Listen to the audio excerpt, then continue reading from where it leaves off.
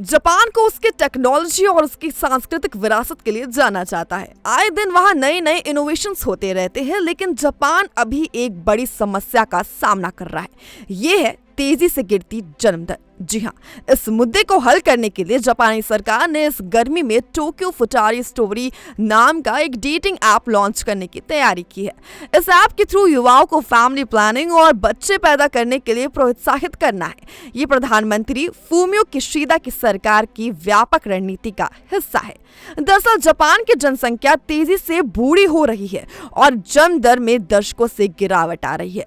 2022 में जापान में जन्म लेने वालों की संख्या 8 लाख के आसपास थी, जबकि मरने वालों की संख्या 12 लाख थी। ये दिखाता है कि आखिर किस तरह से जापान की जनसंख्या सिकुड़ रही है और बूढ़ी हो रही है। इससे सामाजिक आर्थिक चुनौतियां पैदा हो रही है।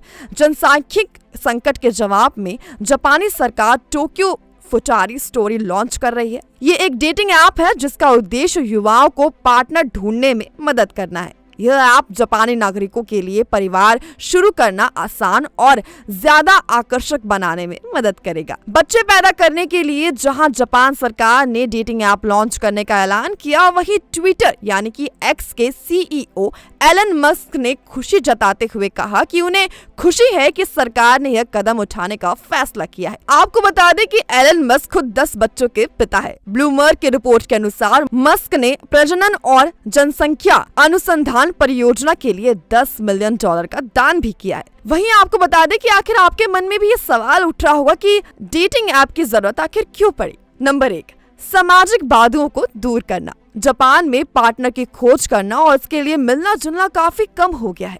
अरेंज मैरिज के लिए दोस्तों या उनके परिवारों से मिलने का चलन भी घटता जा रहा है।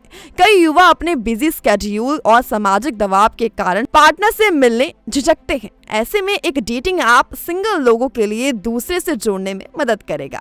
नंबर 2, टेक्नोलॉजी का फायदा। जापान को उसकी टेक्नोलॉजी के लिए जाना जाता है। डिजिटल प्लेटफॉर्म का उपयोग टेक्नोलॉजी के क्षेत्र में उसकी तरक्की को दिखाता है। युवा भी ज्यादातर आज टेक्नोलॉजी से जुड़े हुए हैं। ऐसे में ऐप की मदद से डेटिंग की सुविधा देना ही नहीं है, बल्कि सीरियस रिलेशनशिप को बढ़ावा देना है, जिससे नए रिश्ते बन सके और शादियां हो सके। ऐसे में सरकार एक फ्रेंडली माहौल बनाना चाहती है। नंबर 3, परिवार के लिए वित्तीय सहायता। जी हाँ, सरकार ने बच्चों वाले परिवारों के लिए वित्तीय सहायता बढ़ा दी है। इससे माता पिता को सीधे पेमेंट, बच्चे के पालन पोषण की लागत के लिए सब्सिडी और टैक्स बेनिफिट शामिल है। ये उपाय बच्चों के पालन पोषण के वित्तीय बोझ को कम करने के लिए डिजाइन किया गया है, जिससे परिवार को ज्यादा बच्चे पैदा करने के लिए सहायता दी जा सके। नंबर 4, माता पिता की छुट्टी की पॉलिसी। जापान बच्चों के जन्म के बाद माता और पिता दोनों को छुट्टी लेने के लिए प्रोत्साहित करने के लिए अपनी पेरेंटल लीव पॉलिसी को बढ़ा रही है।